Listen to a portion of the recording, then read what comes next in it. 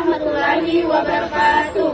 Perkenalkan, kami dari kelompok 4 Bahasa Indonesia Tingkat Lanjut yang akan memperkenalkan diri. Di samping kanan saya, Perkenalkan, nama saya Ahmad Junadil. saya Nur Alia, dan saya Handayani. Saya Nurullah. Selamat menyaksikan.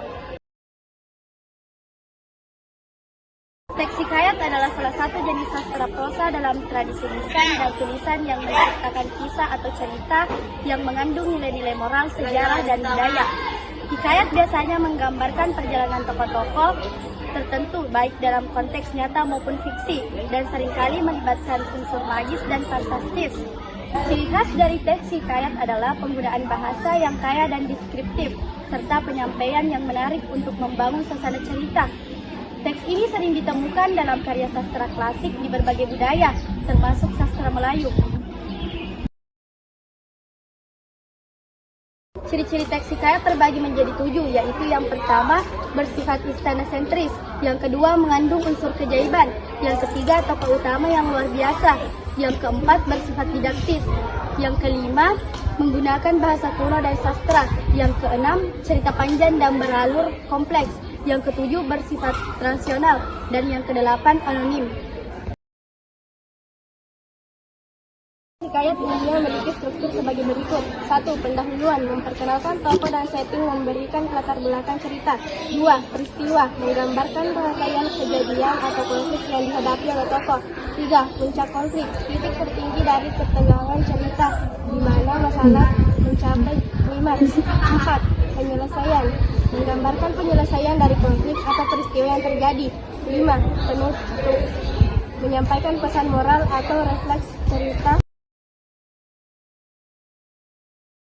Kebiasaan dalam hikayat mencakup beberapa unsur berikut. 1. Bahasa formal, menggunakan bahasa yang baku dan formal, biasanya dalam bentuk naratif. 2.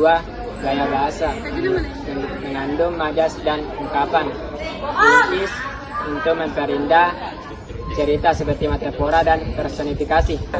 Menggunakan kata ganti, menempatkan kata ganti yang sesuai untuk tokoh seperti ia dan dia. 4. Kalimat kompleks, sering menggunakan kalimat yang lebih kompleks untuk menggambarkan situasi dan karakter. 5. Pengulangan, terkadang pengulangan untuk menekankan suatu aspek cerita. 6. Dialog, memasukkan dialog antara tokoh untuk menghidupkan narasi.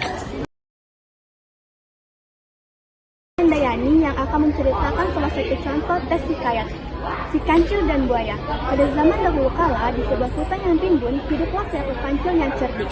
Kancil ini dikenal dengan kecerdasan dalam mengatasi berbagai masalah. Suatu hari, dia merasa haus dan ingin meminum air. Di tepi sungai, Kancil melihat sekumpulan buaya yang sedang berjemur.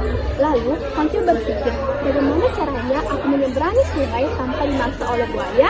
Kemudian, Kancil memanggil salah satu buaya, lalu berkata, "Wahai buaya, saya ingin menyeberangi sungai, tetapi saya ingin mengetahui seberapa banyak kalian yang ada di sini."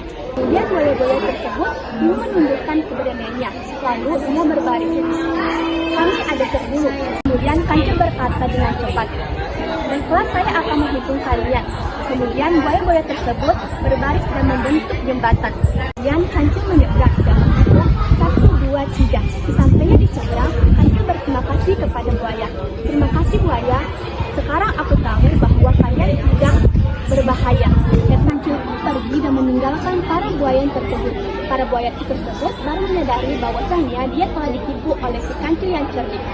Dan moral yang dapat diambil dari cerita hikayat di atas ialah kecerdikan dan kepintaran dapat mengatasi kekuatan fisik.